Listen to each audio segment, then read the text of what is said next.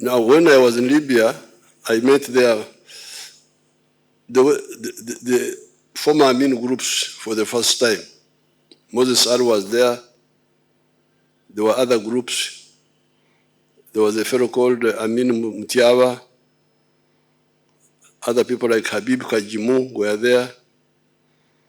Now, that time we agreed to, the Libyans wanted us to unite, to become one group, but we said no, because of the history of our country, let's first operate separately. Let the NRA continue doing work separately. The West Nile groups can do their work separately. Kaira can do his work separately, but we coordinate until we agree on the policies properly. So that's how I met Moses Ali for the first time. But he was, you could see he wanted cooperation. El Kodwar, we had defeated them and we were at Kampiringisa on this side. We were at Toboroba on Mitiana's side. We were going to.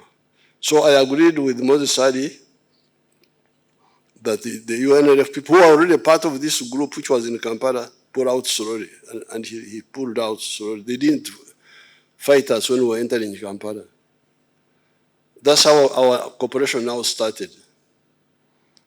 Then there are others who persisted in trying to oppose, like Juma Orsi. Eventually he died. So that is the second characteristic of Moses. Dialogue rather than confrontation where possible.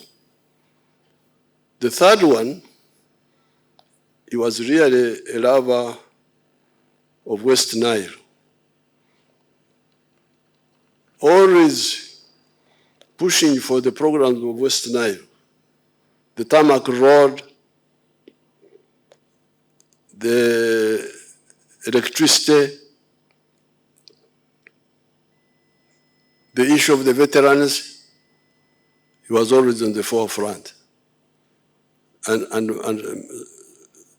many of his pressures on us have already brought results. The roads are now tarmac all the way up to Oraba.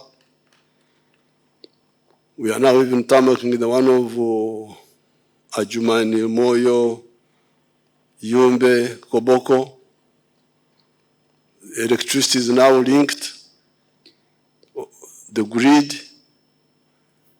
Now, you, the people, the leaders of West Nile, there is something I used to tell Moses Ali which you must now work on.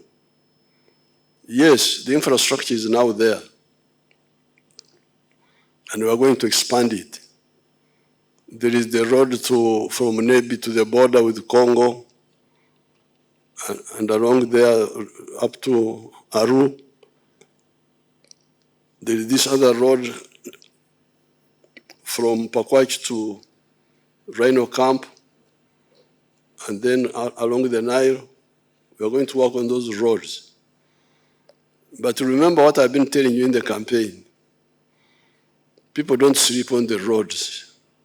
They sleep in their houses. So the issue of the household incomes for West Nile is something you should agree on. Ever since the tobacco got problems, we need new enterprises. And I have given guidance on all this time on those issues. So therefore, I came here to tell you what, to give witness to the positive attributes I saw with General Moses Ali. Number one, freedom fighter. Number two, peacemaker. Number three, development person. That's what I saw. I hear that even in the Muslim group, that's why his body had to be taken to Old Kampala, Chiburi, and Naguru. That's what, I didn't know which faction he belonged to among the Muslims. But apparently he belonged to no faction. He was neutral. So this is the Moses Ali I saw. May his soul rest in eternal peace. Museveni we went up to Barara, linked up with enough manpower to control the whole country. So I was worried that there may be chaos in the country. See those groups in Libya, when we were there, don't go, there's trouble in town. It's inferiority complex. When they are Christians, they turn back.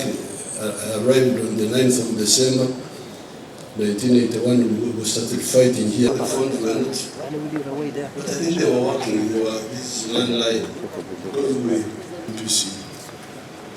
When the Tanzanians were here, we talked with, let's see Congolese, you come.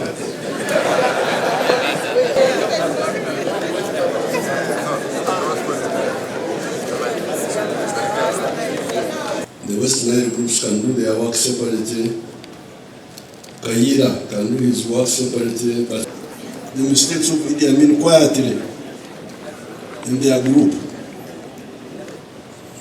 Now, when I was in Libya, I met there. What you are talking is nonsense. And in 1972, to resist UPC now.